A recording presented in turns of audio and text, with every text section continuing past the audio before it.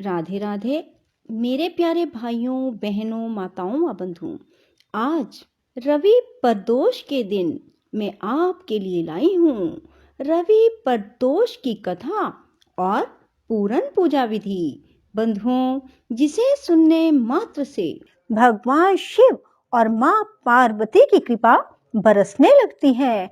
बंधुओं, यदि आपने हमारे चैनल को अब तक सब्सक्राइब नहीं किया तो जरूर करें और बेल आइकन दबाना ना भूलें, ताकि आपको हमारी आने वाली सभी वीडियोस की जानकारी सबसे पहले हो सके।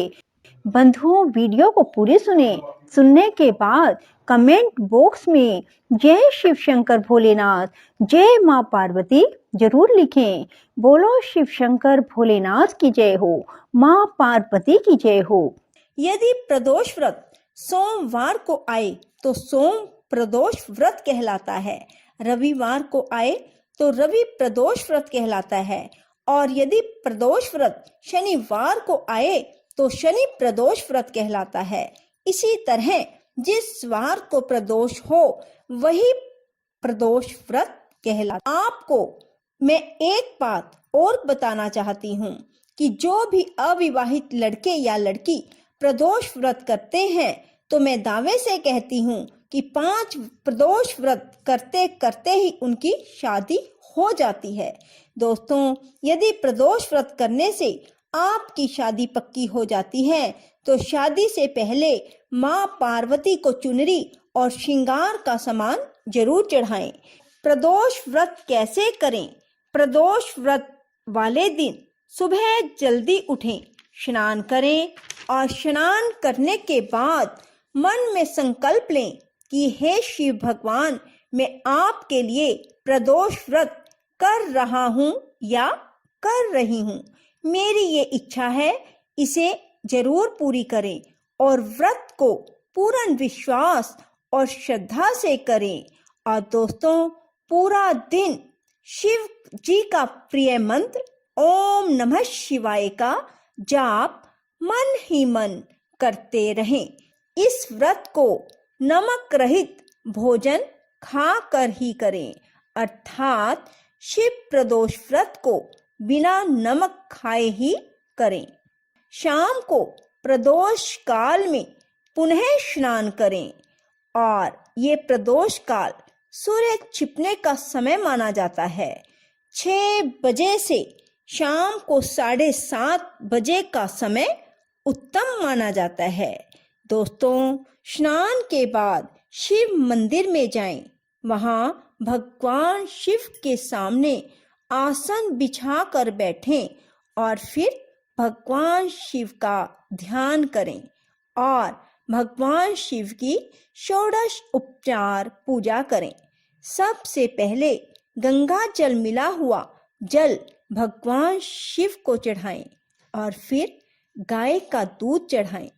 इसके बाद थोड़ी सी दूर्वा भगवान शिव को चढ़ाएं, फिर फूल, बेलपत्र, आक, धतूरा, भांग, फल और फिर खीर। वहां बैठकर भगवान शिव को ये सब चीजें चढ़ाएं और फिर भगवान को कुछ ना कुछ दक्षिणा भी अर्पित करें। इसके बाद कथा सुने और फिर भगवान शिव की कपूर से आरती उतारें। आरती उतारने के बाद भगवान शिव को आरती देते हुए कहें, कपूर गौरम करुणावतारम संसार सारम भुजगेंद्रहारम सदा बसंतम हृदयारविंदे भवम भवानी सरितम नमामि। फिर हाथ में जल लेकर भगवान से प्रार्थना करें कि हे भोलेनाथ, आपकी जो पूजा अर्चना की सब आपके अर्पण। मुझसे जो भी भूल हुई उसके लिए मैं क्षमा याचना करती हूँ या करता हूँ। फिर घर आकर खीर का प्रसाद जो हमने भगवान शिव को चढ़ाया था उसमें से कुछ बचा कर लाए हैं, उसे भोजन के साथ ग्रहण करें। ऐसा करने से आपकी भोलेनाथ हर इच्छा पूरी करेंगे। रविवार के प्रदोष व्रत से आरोग्यता की प्राप्ति होती है। जो मनुष्य रवि प्रदोष, उसे स्वास्थ्य संबंधी सभी परेशानियों से निजात मिल जाती है, अर्थात छुटकारा मिल जाता है और वह मनुष्य हमेशा के लिए निरोगी रहता है। शिव प्रदोष व्रत कथा। एक समय सर्व प्राणियों के हितार्थ परम पावन भागीरथी के तट पर ऋषि समाय द्वारा विशाल गोष्ठी का आयोजन किया गया। इस सभा में व्यास जी के परम शिष्य पुराण बेतासूत जी महाराज हरि कीर्तन करते हुए पधारे। सूत जी को आते देखकर शौनक आदि 88,000 ऋषि मुनियों ने खड़े होकर दंडवत प्रणाम किया। महाज्ञानी सूत जी ने भक्ति भाव से ऋषियों को हृदय से लगाया और आशीर्वाद दिया। विद्वान ऋषिगण और सब शिष्य आसनों पर विराजमान हो गए। शौनक आदि ऋषि ने पूछा, हे पूज्यवर महामते, कृपया यह बताने का कष्ट करें कि मंगलप्रद कष्ट निवारक यह व्रत सबसे पहले किसने किया और उसे क्या फल प्राप्त हुआ। श्री सूत जी बोले, आप सभी शिव के परम भगत हैं। आपकी भक्ति को देखकर मैं वर्ती मनुष्यों के सामने कथा कहता हूँ, ध्यान से सुनो। रवि प्रदोष व्रत कथा। बोलो शिव शंकर भोलेनाथ की जय। एक गांव में एक अति दीन ब्राह्मण निवास करता था। उसकी साध्वी स्त्री प्रदोष व्रत किया करती थी।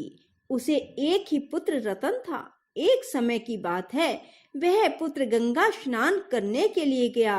दुर्भाग्यवश मार्ग में चोरों ने उसे घेर लिया और वे कहने लगे कि हम तुम्हें मारेंगे नहीं, तुम अपने पिता के गुप्त धन के बारे में हमें बतला दो। बालक दीन भाव से कहने लगा कि बंधुओं, हम अत्यंत दुखी और दीन हैं, हमारे पास धन कहाँ है। तब चोरों ने कहा कि तेरे इस पोटली में क्या बंधा है। बालक ने निसंकोच कहा कि मेरी माँ ने मेरे लिए रोटियां दी हैं। यह सुनकर चोरों ने अपने साथियों से कहा कि साथियों, यह बहुत ही दीन दुखी मनुष्य है, अतः हम किसी और को लूटेंगे। इतना कहकर चोरों ने उस बालक को जाने दिया। बालक वहां से चलते हुए एक नगर में पहुंचा। नगर के पास एक बरगद का पेड़ था। वह बालक उसी बरगद के वृक्ष की छाया में सो गया। उसी समय उस नगर के सिपाही चोरों को खोजते हुए उस बरगद के वृक्ष के पास पहुंचे और बालक को चोर समझकर बंदी बना राजा के पास ले गए। राजा ने उसे कारावास में बंद करने का आदेश दिया। ब्राह्मणी का लड़का जब घर नहीं लौटा तब उसे अपने पुत्र की बड़ी चिंता हुई। अगले दिन प्रदोष व्रत था। ब्राह्मणी ने प्रदोष व्रत किया और भगवान शंकर से मन ही मन अपने पुत्र की कुशलता की प्रार्थना करने लगी। भगवान शंकर ने उस ब्राह्मणी की प्रार्थना स्वीकार कर ली। उसी रात भगवान शंकर ने उस राजा को स्वप्न में आदेश दिया कि वह बालक चोर नहीं है, उसे प्रातः काल छोड़ दे, अन्यथा उसका सारा राज्य वैभव नष्ट हो जाएगा। प्रातः काल राजा ने शिव जी की आज्ञा अनुसार उस बालक को कारावास से मुक्त कर दिया। बालक ने अपनी सारी कहानी राजा को सुनाई। सारा वृतांत सुनकर राजा ने अपने सिपाहियों को उस बालक के घर भेजा और उसके माता पिता को राज दरबार में बुलाया। उसके माता पिता बहुत ही भयभीत थे। राजा ने उन्हें भयभीत देखकर कहा कि आप भयभीत ना हो, आपका बालक निर्दोष है। राजा ने ब्राह्मण को 5 गांव दान में दिए, जिससे कि वे सुखपूर्वक अपना जीवन व्यतीत कर सके। भगवान शिव की कृपा से ब्राह्मण परिवार आनंद से रहने लगा। अतः जो भी मनुष्य रवि प्रदोष व्रत को करता है, वह सुखपूर्वक और निरोगी होकर अपना पूर्ण जीवन व्यतीत करता है। बोलो शिव शंकर भोलेनाथ की जय। राधे राधे। जय श्री कृष्णा। बंधुओं, यदि आपको हमारी वीडियो पसंद आए तो इसे लाइक करें और शेयर भी जरूर करें। धन्यवाद।